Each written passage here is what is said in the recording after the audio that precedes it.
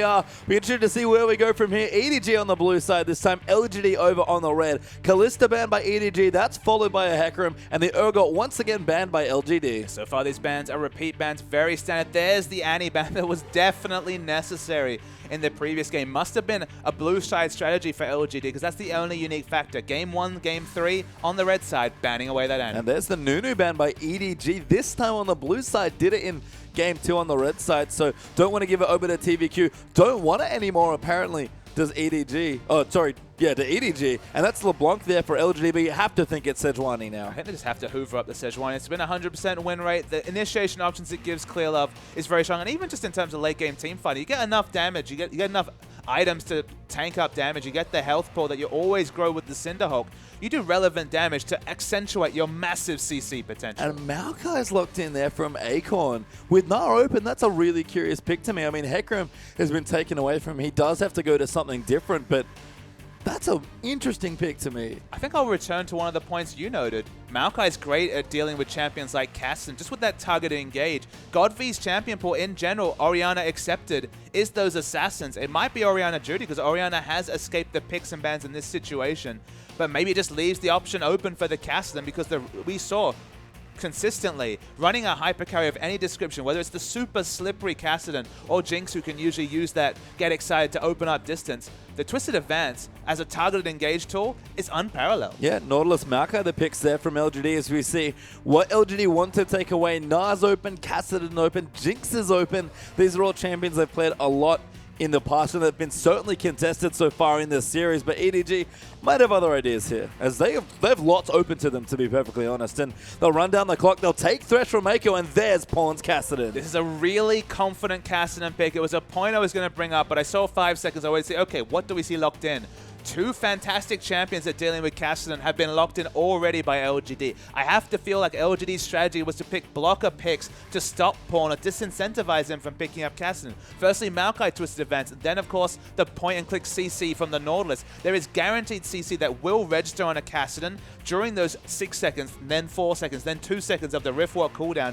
You do have answers already picked by LGD, so this is definitely a more tenuous Kassadin pick than we've seen in previous series. LGD going to run their clock low, but go for Graves and Rek'Sai as their 3rd and 4th pick, and love the Graves from it. Much more aggressive, a strong blind pick here as well to pairing with the Nautilus. But for me, TVQ being on Rek'Sai, something that's a bit more proactive against a Sejuani. Love to see this sort of stuff. Exactly. What can he do in terms of pathing? But remember that although Rek'Sai will still go for the same build path as Cinderhulk, you do have flexible ganking options, but it hasn't really been TVQ's MO in victories. He's been more on the passive champions rather than the playmaking champions. Clear Love, though, a former herbivore jungler, reinvented himself on the likes of Lee Sin and the Rek'Sai. And we've seen excellent Rek'Sai yesterday from Kakao, showing excellent pathing. There's so much potential, skipping behind turrets, doing your best Shaco impression, but still being a tanky late game force.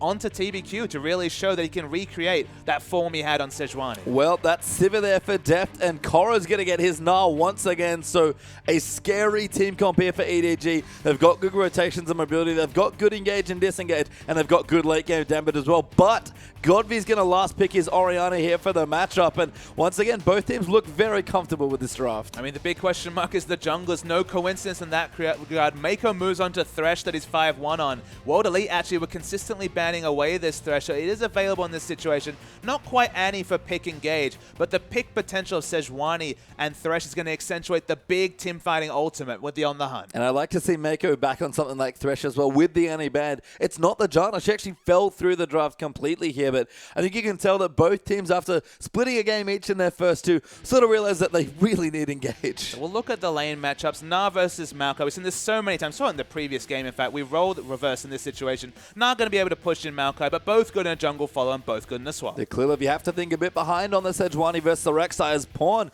Kassadin versus Orianna, interesting matchup, and Sivir versus Graves there as well. I definitely give the advantage to Orianna in the laning matchup. Was always traditionally a difficult Kassadin matchup throughout the metas.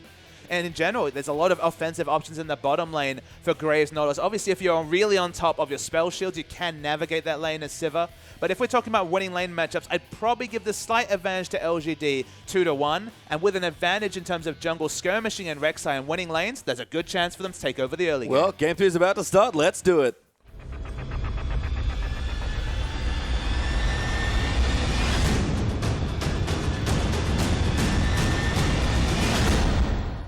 And welcome back into the Rift here for our third game between Edward Gaming and LGD. One apiece now in this best of 5, so effectively a best of 3 will be played for what is at this point the LPL Spring final title and that glorious looking trophy we saw earlier. Exactly, 3 games potentially to decide all the marbles. The second last team to qualify for the mid-season invitational with LCK finals rolling around next weekend.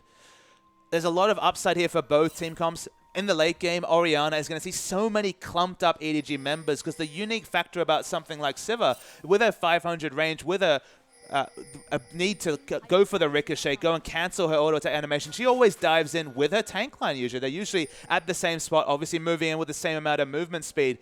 There's always the potential for clumping, and although Pawn might be able to navigate away from the Shockwave, if the Shockwave, you pile on the AP, it should be hitting onto multiple priority members of EDG frequently, and this is in the hands of an excellent Orianna player like Godfrey. I mean, the mid lane matchup has to be our featured matchup here for these two teams. It's, I think, effectively their two best looking champions, at least in this season, and especially in playoffs, with Pawn having a legendary Kassadin Game 5 against World Elite, and Godfrey, honestly, just having a legendary playoff on Orianna. Exactly. 7-0, I believe, on the Orianna at this point. Might be 6-0, but a huge KDA on that champion. Already showed what he can do with it in the first series. Not relegated to initiation duty, as you're always able nowadays to hold onto the ball. It was really Ryu who showed that you don't have to just go for the big wombo engage. Just make the enemy respect the ball. It might as well be a zoning tool next to the likes of a minefield from Ziggs or just the ultimate from Nunu. It's just a space that you have to respect because at any point the Shockwave could snap you back. As we can see, we've actually started with a lane swap here initiated by LGD. Godfrey got some little creeps down as well. The mini Raptors actually with the help of saplings by Acorn, and Graves right now 1v0 in the top side of the map, free farming it up, and POL's invading actually started the blue buff by himself. I have to feel like this suits EDG just fine. They're not the ones that actually initiated the lane swap, but he's very happy here, Sejuani, to be able to navigate the early jungling, not have to worry about a Rek'Sai in the face during the laning phase, just be able to farm up safely. If we say anything, uninterrupted Sejuani jungles have a very high correlation to victories this series. Yeah, I mean, that's been TBQ's calling card for all of the playoffs, you have to say. And it wasn't a solo there by POL, thankfully. Just taking away the small golems there to get himself about half a level worth of experience. So smart stuff there from POL, getting effectively free golden experience for himself. And we'll isolate the mid lane, and Godfrey's already miles ahead in CS. It's just the winning lane matchup for Orianna. Good against assassins, and while Kassadin's certainly not an assassin at level 2 before he has really offensive options. Ranged versus melee, good harass coming through. Very difficult for Kassadin to pick up CS. Honestly, Kassadin happiest under turret, but that opens up space for an aggressive skirmishing jungle like TBQ to really start taking the shackles off and infecting both the lanes and the enemy jungle. And let's be real here, Pawn has to have a good game on the Kassadin because he's not quite a solo carry, but it might as well be given the comp that this time EDG are built around Pawn. But it's a super punishing comp for Kassadin in general. You riff walk in, twisted advance, all of Nautilus's targeted CC, and of course the skill shots like the dredge line on your case and Imp. He has a lot more options than most AD carries. He can just turn around, do his best AD caster impression, and try and blow you up. So of course in the late game, it's going to be great for the Kassadin. That's Koro. Yeah, good hop away, gets himself to safety as TBQ with the double buffs. Tries to make something happen early, but can't quite get there. Down the bottom as well, Deft with a good spell shield as Mako's going to roll in, look for the hook, plays him back there. Godfrey's forced to flash, does flash the hook. Very well played. Another teleport's coming in as Acorn wants to try and make it happen. Pawn desperately wants the early kill. He flashes in for it, eats a turret hit, and the first blood goes to Thresh, but Orianna gets the kill onto Kassadin as TBQ come through as well. Double knock up there. POL's also here. Mako going to get hooked up by POL. Triple play, but it's not enough. And a 2-for-1 trade for LGD. The teleport was super on point from Acorn. They pick up the kill crucially onto Orianna. Okay, 100 gold extra goes over to Thresh for the first blood, but answered by another kill as well. And that's a 1 skirmish and potentially a dragon for LGD. And Pawn's aggression, we've talked about it already in this series, might be costing him here against Godfrey, who's aggressive when he wants to be, but very cool-headed a lot of the time. And looks like no dragon just yet as Deft has has to recall straight back to base. I mean, if there's only one advantage here for Pawn, is that he was able to close the CS advantage and the minion wave reset in the middle, so he hasn't lost 10 more CS. Clearlove's looking for a wraparound game. Yeah, this is very aggressive as TBQ and PYL are back, but Mako's joining in again. Clearlove this time going to get the jump as the flame moves in, and TBQ now, the one that's a little too low. Someone looks for the kill, but no range there as PYL has to get peeled off by Mako, who takes a good chunk of damage, and Clearlove, I don't know how he lived, but he did. There's been 6 members in mid lane for a good 3 out of 5 minutes. Such has been the aggression around this matchup. It definitely does favor Godvi, but man, they're trying to make both these laners pay for their early aggression. And it's smart from LGD. EDG know what they have to do. Get the Kassadin ahead and let Pawn take over games. We've seen it before, but LGD, knowing that's what EDG want to do, counter right back with their own 3-man roams. And you can see the aggressive item build. It's Blasting Wand. It's going to be eventually into a Rod of Ages, but he always starts Blasting Wand just for a bit more ranged wave pushing, of course. If you can get maximum points into that Force Pulse around level 9, Blasting Wand will really help you with a bit of pushing, and then again you have a magic resist shield from your Null Sphere if you're looking for Q harass. So goes for the more offensive option. We've seen him go off the deep end and pick up a Sheen and look for level 6 power spikes earlier, still building into a Rod of Ages, delaying your stacking just for immediate power. Pawn does lots of crazy things with builds, but Blasting Wand's definitely a staple of his early openings. I think we would have seen Sheen if he'd gotten a couple kills, to be honest, but there's still time. There is certainly still time. As Imp in the top side now, level 6 on the Graves, able to present quite a challenge here to Korra, but he's actually level 5, approaching 6 himself, and Mako will join back in to help him out as Godvi's gone back, and a smart purchase here. Double Dorans and a Chalice, knows that more people are coming to the mid lane, just needs a bit more health. Yeah, the extra 60 health might be really relevant, even if it's just a bit more ranged wave here to go with the Chalice mana regen. He's going to be feeling a little bit safer in the mid lane, but honestly, delaying a spike like the Athenes, the fact that in a Kassadin lane matchup he's got to go a bit defensively is credit to the roam squads of EDG. And TBQ's here again. PYL, speaking of roam squads, still back on the Nautilus. Level 3 as the ulti does hit Pawn. No Riftwalk, can't get away. Dredgeline lands beautifully there under Pawn. He turns around, he knows he's dead, and will go down as Orianna gets the kill. And at the last possible opportunity, just ping 6, engages with the ball, not respecting the ball whatsoever. Didn't have Riftwalk himself and goes down, so that should be Dragon for LGD. Godby trying to make the Kassadin pick pay, but EDG, they've spotted out the Dragon here. Acorn's level 6, so TBQ's pretty healthy. Godby, no shockwave, it's probably not that bad, and Dragon should go over with the man advantage to LGD. With 5 members, no reason for Korra to teleport down, just because it will be an uneven trade that LGD would probably look to win at this point. So the first Dragon goes down to LGD, and that's the difference in the mid lane. It's been 2 kills over to Govy, and he's got all the kill credit, selfishly. Yeah, good damage on the turret there, actually, but Korra can't quite finish it off. Deft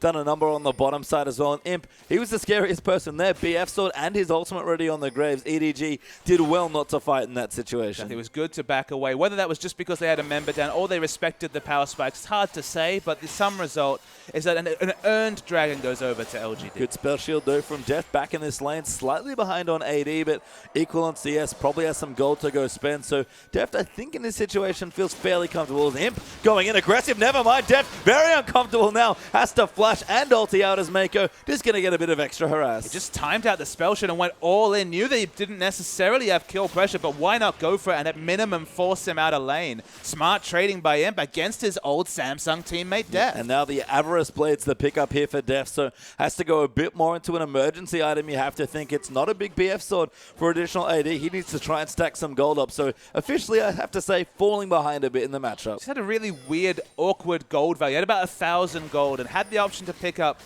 the Crit Cloak, but doesn't really necessarily give you a lot of immediate power. Avarice Blade, unfortunately, doesn't really give you any lane presence either. I guess it has the slight upside of losing 5% crit for just the potential of a little bit more gold in the mid to late game, but it doesn't help you when Imp's going to go back. Doesn't necessarily increase his lead, but it's already BF sword against Pickaxe. It's already in the advantage of Imp, who scales so well with AD. Yeah, Graves is just the aggressive AD carry being played at the moment, arguably more aggressive than even the Corki that we saw from Deft, and honestly, he's the only player playing it. So right now, LGD looking at a 1,000 gold lead, and early on, you have to say, keep the Kassadin down and keep things going well. And I think unlike in the last Kassadin game, LGD do have tools to deal with it if he does get to late game as well. And that's the thing. To me, in that champion select, they picked blocker Kassadin picks in the likes of Maokai and the the Nautilus, but the issue that faced LGD is that they just gave it up and gave up the Kassadin. They probably would have locked in Kassadin as well, and then had CC, pick CC for a Kassadin. So it was kind of just a lose-lose situation when all that lockdown CC was picked,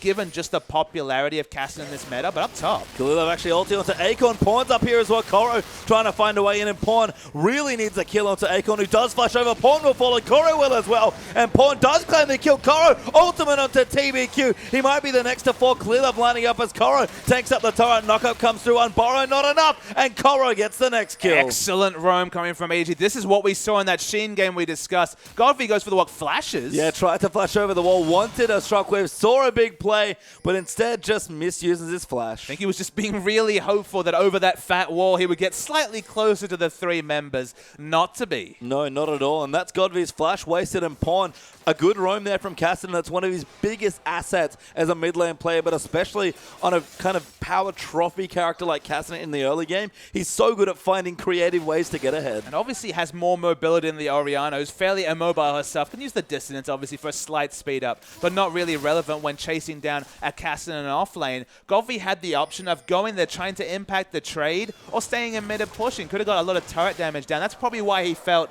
really just forced into going for the aggressive flash to justify wasting all that time walking up as a control mage Orianna. And the result is no flash and no turret damage, so a big trade win for EDG. Down in the bottom lane, Deft doing a good job spell shielding all of his buckshots, but slowly clearing minion waves out from under his turret. It's taking a while for it to go down, but it's being chipped away by the LGD minions. I mean, Deft has basically given up this laning phase. You shouldn't expect too much Sejuani pressure down, but unless they have teleport up on Koro looking for a big aggressive engage, because with the Avarice Blade purchase, he's basically said, look, I'm picking this for comp. I have no real way to trade with this Graves. Smart stuff from LGD, holding the wave in an awkward spot for EDG. Forces Deft to overextend and use the Lantern to get himself to safety. And Imp, he's a pretty good bully, and he loves to bully Deft. He's doing a nice job so far on the Graves. The out of game turns into the in game this particular situation. He's definitely picked the more assertive lane matchup. Scales so well with flat AD. So in terms of his spells for early pressure.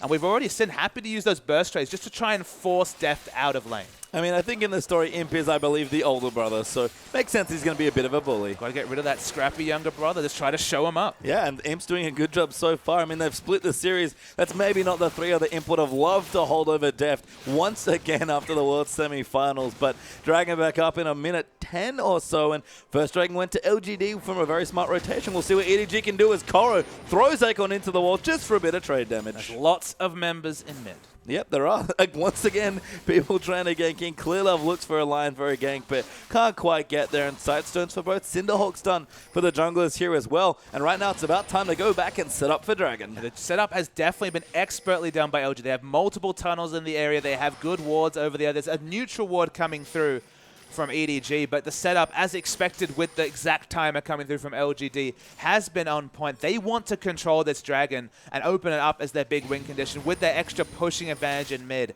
With their bot lane also been winning the 2v2 trades. The Dragon is their objective to have based on the fact that they've been winning and controlling the mid and bottom lane, so they need to continue on it. But Clearlove's hit level 8. Sejuani's suddenly very relevant in a skirmish. She is. I mean, it doesn't help that Kassadin's now entering his power trough with the Rod of Ages, but EDG have some good tools. If Nars ultimate comes back up, it's about 50% on the way there for Koro right now. They do have some good spots, and we've said it before, big Sejuani odds have won people games so far. She's 2-0 actually in the series tonight. And Godby gets the blue buff. Both teams setting up as Deft. He's all alone. Gets depth charge there, but uses his ulti very smartly, just short for PYL though. Wow, actually managed to run out of max range dredge line by just the tip. Literally would have hit it with basically another 100 range. Koro has prepped this turret damage for a long time, but now he's tired, so he has 15-second window, so he's able to build up rage towards that Naba. Should be able to pick up the turret in its very annoying ranged form. But this was a moment for LG to look to be aggressive, but they're not going to. First turret looking here for EDG, though. You can see the one hit. Koro going to get it there, but he has to kind of rush down and try and give his team some control over the Dragon area. LGD haven't quite leapt for it yet. Godvy's actually gone to back. He's got his Athene's completed now, and Deft again forced to play far back in the lane. They just used the Lantern to disengage. Not sitting on a gold value that demands any sort of purchase. Pops a mana pot.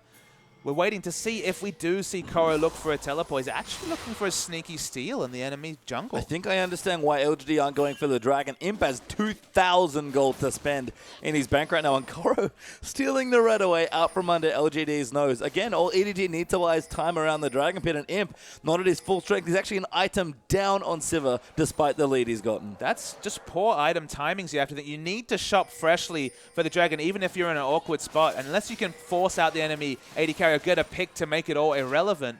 It's just poor spending of the gold. He will have a big purchase. He will go back and pick up an Infinity Edge, but they just have no power at this present point when they really want to be fighting for Dragon. Smart red pings onto Koro in the top side. He just got tired again back in the mini-nail form. So LGD, despite the disadvantage for Imp, are going to start the Dragon, but you can see they don't really want to fight here because they've already backed off. Yeah, the purchase has already come through from Koro. Had about 1,800 gold himself. Suddenly, all but a Randuin's completed.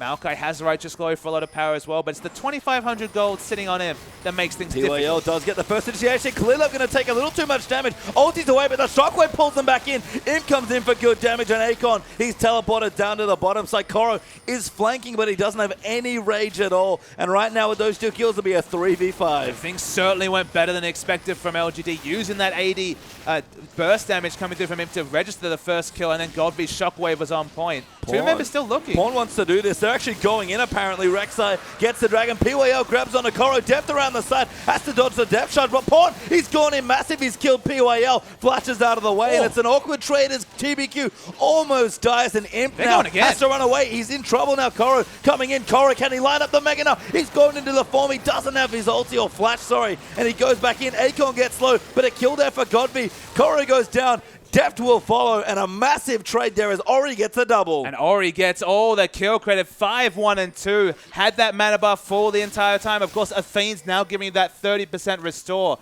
on kill or assist. Got assist for every kill. Mako looks for the flash hook, but flashed well by Godby to get out of it. I mean, that was EDG going all in, trying to get the resets from Pawn, getting in there with the aggressively with the ultimate. Only level 10, so still had the decently lengthy cooldown, relatively speaking, on the ultimate. Feels like EDG lost more than they gained in that situation. They lose the Dragon, they lose the kill trade, and the mid-game power of Imp and this Orianna is going to skip the mid-game with already another nice large rod in that inventory. And for once, Koro's rage management cost him there. He's normally great at managing that rage, but didn't have it, got tired a few too many times. It was smart of LGD to wait like they did around the Dragon, but EDG certainly overcommitted once it finally came time. And 2 Dragons up for LGD is good, but EDG cannot afford to give them a third. No, the third Dragon, the rotational advantage that gives will be palpable this game. The item timings were good from Koro. The re-engage looked like it'll be fine, but we're going to see a replay coming through. So they just look to use everything into engage to justify an instant burst and allow them a kill. Because remember, they get the pick onto Clearlove. Imp, despite having 2,500 gold, they have the pick that should open them up Dragon. They even get the bonus of taking down Mako in the trade. And speaking of trades, EDG trying to push in aggressively. Yep. They know that Graves is down bottom lane. They want this out of mid turret, but just get those wards down. It'd be lovely to get, but LGD defend well. That turret will not be felled here, and it might finally be able to give his team a turret, and does in fact take out the bottom side of the map. So Pawn will go back. Still level 10, by the way, on that Cassidy, as Godby is at level 11, approaching 12 already. And Imp not stopping the push. Now Koro may be getting caught here by Akon, but he'll turn it around on the Naren. Never really caught here. He's actually happy to fight. LGD have good aggressive wards in the red side jungle. They actually have wards over the red buff as well, considering the contest, but they pull away. Yeah, Clearlove will get his red buff, I believe. Might have even gone over. No, it does go to Clearlove as Def was not in the area to take it away. Krugs will go away as well. And one last thing in that fight as well, Clearlove died with his flash up in that situation. So could have flashed the Shockwave, didn't for whatever reason. And just a couple little things, they're going quite wrong for EDG. Once again, it's these little mistakes that cost these teams. Honestly, I think just not calculating the damage from the collateral damage into the consideration. Probably didn't expect that extra 200-300 damage burst. Died to the Shockwave shortly afterwards. So yeah, it was just another small mistake, but it's been a series where small mistakes have been punished and snowballed so hard. And you know that's when you're watching some of the world's best League of Legends, because these two teams don't let the standings from the end of the season fool you. They are closely matched in skill, have had very solid playoff runs. LGD had a dream run, in fact, here, and almost looked to go undefeated through the playoffs, which would have been insanity, toppling the top 3 teams from the ladder. But instead, we're here in a third game, which at this point, despite the lead from LGD of about 2,000 gold and 2 dragons, is still hotly contested. You mentioned it correctly, Page Time. The last game was going to be their 8th in a row. Mako. Good spell shield though from Def. Mako thankfully not taking enough damage, and Def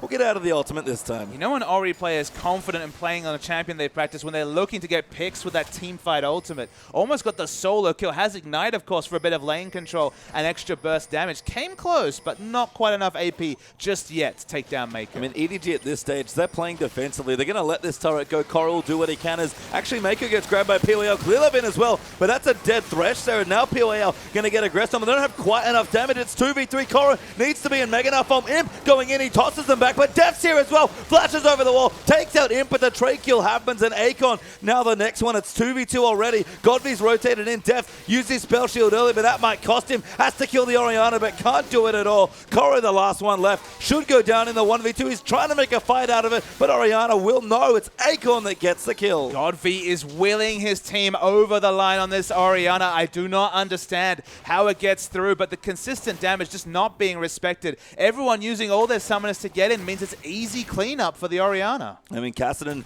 trying to get a pick, but falls short as he rotates to the top. And the reason EDG was supposed to play defensively was Pawn was split pushing in the bottom lane. Yeah, look, he made the very long hop to top. Doesn't get any kill involvement. Is able to pick up a little bit of CS, but now is fallen 30 behind. Doesn't have the big item timings yet.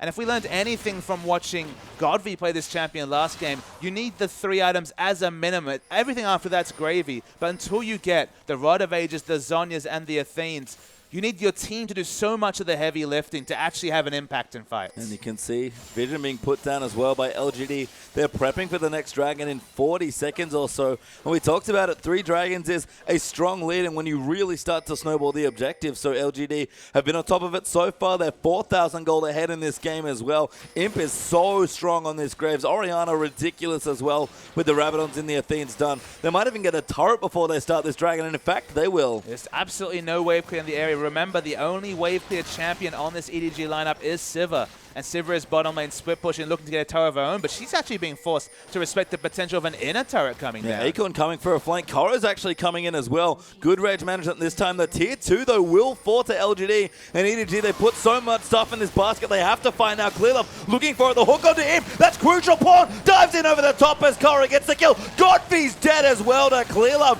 Now PYL going to fall as TBQ could be the next threat. They get a kill. Yes, Mako does go down, but the ult finally used for Sejuani, as that's a clean ace for EDG. The sweetest hook of all time actually fell down, so not quite a clean ace, but Mako made it all happen with a hook onto him, died with ultimate and heal available, and it's 22 minutes. And I've learned anything about EDG, that means it's Baron time. Yeah, you win a team fight under 25 minutes. The Baron's up, you run straight to it, and EDG gonna take it away. The Dragon's up, LGD are pinging it. I think they want to take it as a counter.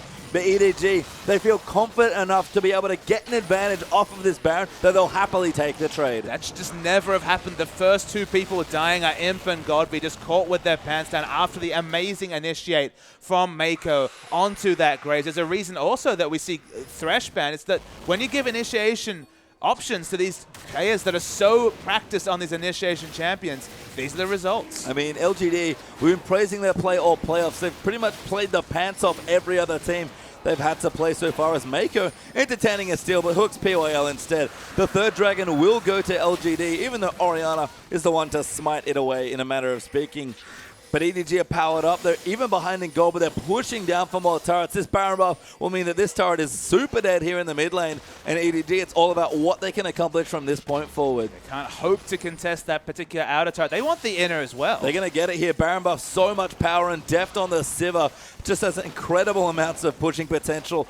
Tier 2 turret force, not quite equal yet to LGD, but you can tell EDG really putting pedal to the metal. They're pushing as fast as they can with the Baron. Exactly. If you can get those advantages at the start of the Baron buff duration, you feel less pressured to go for the all-in trades towards the 25% Baron duration. If you get them at the start, then you can go now, pick up these easier turrets out the bottom, set up for the next dragon, set up vision control and push your vision line forward without feeling the need to pressure and overexert yourself to get the most out of the Baron. So it should be, you'd have to assume, at least 3 turrets during this Baron duration, which, given the texture of the game, is a massive win for EDG. I mean, the other thing is Pawn's even getting free time with all this pushing now. Working on the bottom side, does push it into the turret, but doesn't push the turret down. But he's gone back. He's got his Codex. He's had it for a while. Does get his Zhonya's now as well. The Rod of Ages fully stacked up. Gold back to equal, and EDG, despite being down 3 dragons, now have a good foothold in the game to fight back. They even have the awards at both enemy buffs just to start contesting those objectives. That is just a hallmark of their play, has been ensuring that every time they get rights to something, whether it's taking 3 out of turrets down to get rights to push vision aggressively into the enemy jungle, they always try and answer and take everything that's open up to them. That's why they're so assertive with the Baron around 22 minutes. Baron's not that tanky at 22 minutes. If you've got free time, if it's a 4 members against 1, it's relatively safe to pick it up, and the opportunity cost if you fail, it's pretty low. Look at Def positioning. He's so confident that nobody's going to challenge him. Even Pawn going in forward. They're onto TBQ. They might find Akon as the pick, weirdly enough, but they're going to go in. Massive 3-man off from Sejuani. Koro goes in as well. Im still alive there, but Godfrey getting chunked out. A good shockwave there defensively, but Pawn gets the first kill. Goes in and Zonya's aggressively, but can't quite finish it. Def, though, trying to do the damage, is forced to flash away. TBQ will fall, and it was messy, but it's a 2-for-2 win for EDG. But a crazy, insane fight, and the fact that they still have Baron buff duration means they're going to break the base. Base well and truly broken. Top inhib looking to fall down as well. Might be a step too far for EDG. PYL gets onto Mako. They're going to dive back in. Koro goes in the flay there for Mako. Koro trying to escape, but he'll go down as well. Def snipes in for some good damage, but he has to back off. There's no real objectives for LG to pick up, but what was a crazy engage. The Wombo engage onto Oriano. Clearlove somehow sniping the backline, leading into a 2-man, but crucially, Oriana being hit by the Gnar ultimate. Got them the pick, broke them the base. They're still chasing Def. Nice juke by PYL, actually. Hooked to the terrain, baiting Def to use his spell shield. But Akon, unfortunately, can't catch him, but a good attempt by PYL. Need to take a deep breath. Some of these engages are just insane. Then Imp was actually free hitting Deft over the wall, had to flash defensively, reposition himself in the fight, which was mostly even, but again, the minions being so strong is what allowed them to break the base. They didn't quite take the inhibitor, but it's certainly prepped for later. Yeah, I mean, they're going to rotate there when they want. They've got the bottom turret to take as well for 6 turrets in this game. Okay, I need to pause you. Okay. Look at the second item that Nas picked up. What? Yes. That's a face of the mountain. He just wants to give a bit of health to Sivir. We've seen lots of Nunu, specifically Beast, doing this whenever we saw Crystal on Draven. It's not quite a Mikaelos, but the face of the mountain doesn't necessarily even have that much health stacking, but it's 300 health for a carry we already mentioned. Is fighting with her peers, is fighting with her frontline in the front lines like Sivir. You know what? I don't think it's for Sivir. I think it's for Pawn. It could be for Pawn as well. I mean, look, for any of the frontliners, and this team comp effectively is 5 frontliners from EDG. Yeah.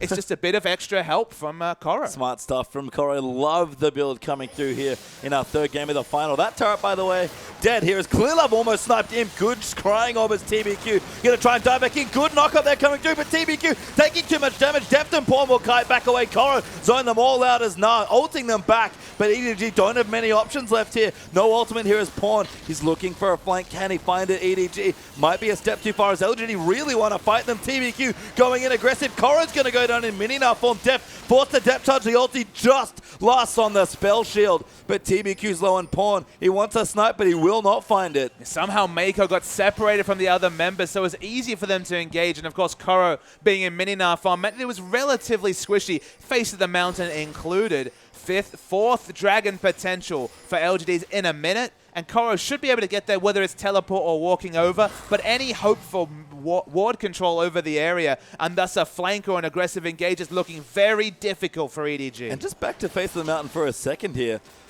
It is a good extra shield. We've seen it before, but it actually scales kind of nicely with all the health you're building. Absolutely. That's the thing. It's an extra 10% of your health being used as a shield. TBQ gets hooked. I mean, he uses damage as well. Remember, you can just dive in there and use it on yourself as Mako. He's dead there. Good hook there from PYL. And that's another person dead. Mako means they're never going to be able to get any more wards around this 4th dragon. Everyone's backing to spend some gold. 1,300 gold onto Graves is the notable factor. Now finishes his last Whisper. 3-item Graves means more and more safe damage from the backline.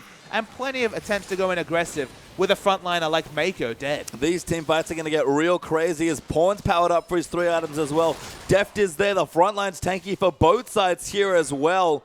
And EDG need to arrest some control of this Dragon. They had such a good lead with that Baron. They got so many structures out of it, but a couple of picks later, and all of a sudden they're faced again with LGD's 4th Dragon this time. And Koro's grouped to clear vision because he seems to think that 4th Dragon is more important than 5 minion waves up top. The minion waves pushing out in both top and bot means that LGD are happy to fight around this objective because at worst they pick it up and at best they get multiple. Dragon's dead. EDG have to fight. Clearlove going in for the steal but doesn't get it. Corner, massive ulti. Nah goes in as well, and Imp somehow dodges it. The good shockwave comes through, but Godfrey's dead. Need to jump onto Imp. He's too aggressive. Deft though getting low there, and there's too much damage from LGD. Pawn though ripping through people on the Kassadin. Deft somehow lives. That's 2 dead already. No one left from EDG, and this time it's the clean ace. These fights are incredible. Clearlove keeps lining up multiple members, including the Orianna with that Glacial Prison, and then the Gnar ultimates from Koro. 18-1 now in his career, but man is he good. Might make it 19 with this game as well. EDG gonna re-break the base of LGD, and they might just go for the win here.